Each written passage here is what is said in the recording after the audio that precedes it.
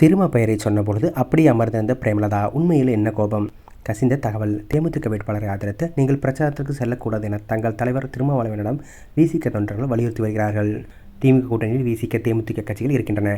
2 நாட்களுக்கு முன்பு கடலூரில் பிரச்சார பொதுக்கூட்டத்தில் கலந்து கொண்டார் ஸ்டாலின். அந்த மேடையில் கூட்டணி கட்சிகளின் தலைவர்களான திருமாவளவன், பிரேமலதாவும் இருந்தனர்.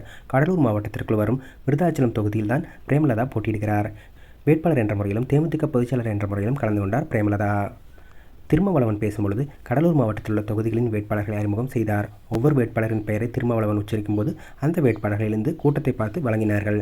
திமுக அமைச்சர் எம்.ஆர்.கே. பன்னீர்செல்வம் நாம் அமைச்சர் என்ற பந்தா அதையும் காட்டாமல் நாற்காலியிலிருந்து எழுந்து மக்களை பார்த்து வழங்கினார். ஆனால் பிரேமலதாவை திருமாவளவன் அறிமுகப்படுத்திய போது அவரது பெயரை உச்சரித்த பொழுது நாற்காலியில் எந்தவித சலனமும் இல்லாமல் அமர்ந்திருந்தார் பிரேமலதா. இது முதல்வர் ஸ்டாலின் உட்பட மேடையில் இருந்த தலைவர்கள் மற்றும் கூட்டத்தின் முன்வரிசையில் உட்கார்ந்திருந்த அனைவரையும் ஒருவித அதிர்ச்சியை தந்திருக்கிறது. அதே சமயம் ஸ்டாலின் பேசும்பொழுது பிரேமலதாவின் பெயரை சொன்னபொழுது உடனே எழுந்து நின்ற கூட்டத்தை பார்த்து கைகூப்பி வழங்கினார். இந்த செய்தியும் அங்கு அதிர்ச்சியை கொடுத்திருக்கிறது. பிரேமலதாவின் இத்தகைய வேற்றுமையை உணர்ந்த திருமாவளவன் மிகவும் அப்செட் ஆகி விட்டாராம். பிரச்சார கூட்டம் முடிந்ததும் ஸ்டாலின் கிளம்பும் போது மேடையில் இருந்த தலைவர்கள், வேட்பாளர்கள் அனைவரும் அவருக்கு வணக்கம் சொன்னார்கள். ஸ்டாலின் அருகில் வந்த பிரேமலதா வணக்கம் வைத்த பொழுது கருத்து வேறுபாடுகளை பொது வழியில் காட்டாதீர்கள் என்று கூறியிருக்கிறார். மேலும் திருமாவளின் முதலில் தட்டி கொடுத்துவிட்டு அங்கிருந்து கிளம்பினார் ஸ்டாலின். இந்த கடலூர் பொதுக்கூட்டத்தில் பிரேமலதா நடந்து கொண்ட விதம் ஜாதி ரீதியிலான கண்ணோட்டத்தில் அணுகப்படுகிறது. குறிப்பாக விசிக தொண்டர்கள் பிரேமலதா மீதும் கடும் கோபத்தில் இருக்கிறார்களாம். அந்த கோபம்தான் திருமாவிடம் உங்களை அந்த அம்மையார் ஜாதி தலைவராக பார்க்கிறார், நீங்கள் சொல்லி நான் எழுந்து வணங்கணுமா என்கிற ஜாதி திமிர் அவருக்கு எழுந்திருக்கிறது.